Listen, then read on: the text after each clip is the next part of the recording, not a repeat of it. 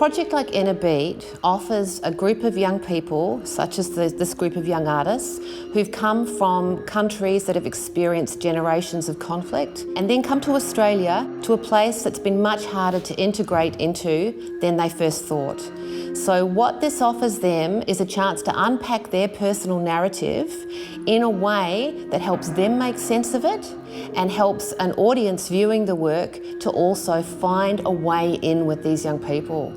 I think this project allowed these individuals to tell their stories, but also give an opportunity for them to be heard, even to people who are close to them. With these specific cultures, you're expected to keep things to yourself. You're not meant to voice your opinion, because it's looked at as being disrespectful. Sunshine Story. It's all began on the 20th of the 2nd, 2015. Around 7:39 in the evening, when I arrived at the Sunshine Hospital as a victim of young generation who's losing hope on the foreign nation. The first piece we made was a piece that presented the young artists asleep. As a viewer, you get to look at these young people very closely and very intimately.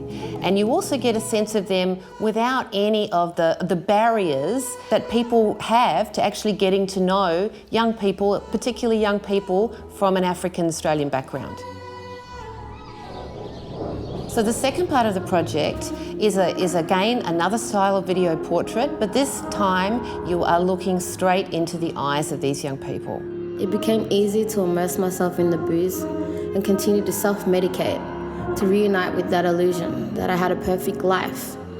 And while you look into the eyes of these young people, you listen to another aspect of their story, and they listen to it too. You, the viewer, and them, the artist, are both listening to their story, so you're actually reflecting on their story at the same time. It's your own life that you're listening to and you're speaking about, and I don't know, I just hope that it touched people, because for me it was kind of an eye-opener.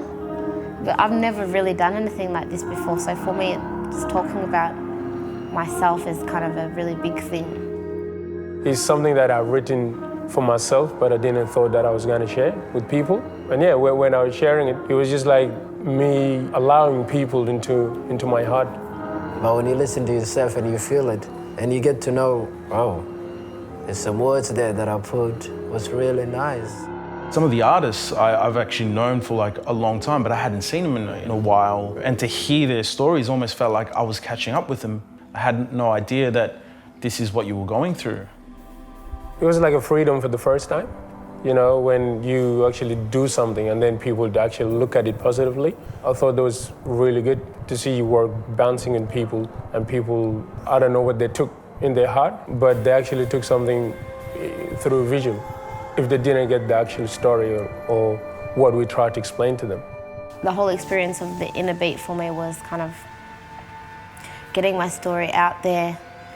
Hopefully someone listening to it and feeling touched and inspired or moved or anything, just something, just feeling anything from what I had to say, really. It's really important that this kind of work is presented in public space, because these young people's voices need to be heard, and they need to be heard by a broad range of Australian society. A little gentle disruption, that says, we're here too, These people are here, they have something to say, they're part of this community, and they will make a positive contribution. It was really nice just to see people there, kids, elders, just to come and see your work. That gives you more opportunity and more for you to think, I've done something very good. That's for me to do something bigger next, or probably the whole world will come and watch me next, you never know. For me, I would hope that they will understand where I came from, and also to be able to go and Google and search and find out true information about what's happening over there, instead of just judging by looking at us. Just if you can't stand there and talk to me, okay, I did present something that would talk to you, and you don't have to say anything. When young people believe that they are agents of culture. They can make culture, they can create culture that speaks to their own communities and the broader community. It's a deep sense of empowerment. And as soon as other people in the community see that, you know, this individual's gone off and shared this story, it changes light. It makes other people think, okay, well, maybe we need to ease up a little bit on these, on our community. I feel like I have been inspiring other, young people, and also just giving them voice. I've learned that how to be a great leader, and also how to respect myself as a grown man.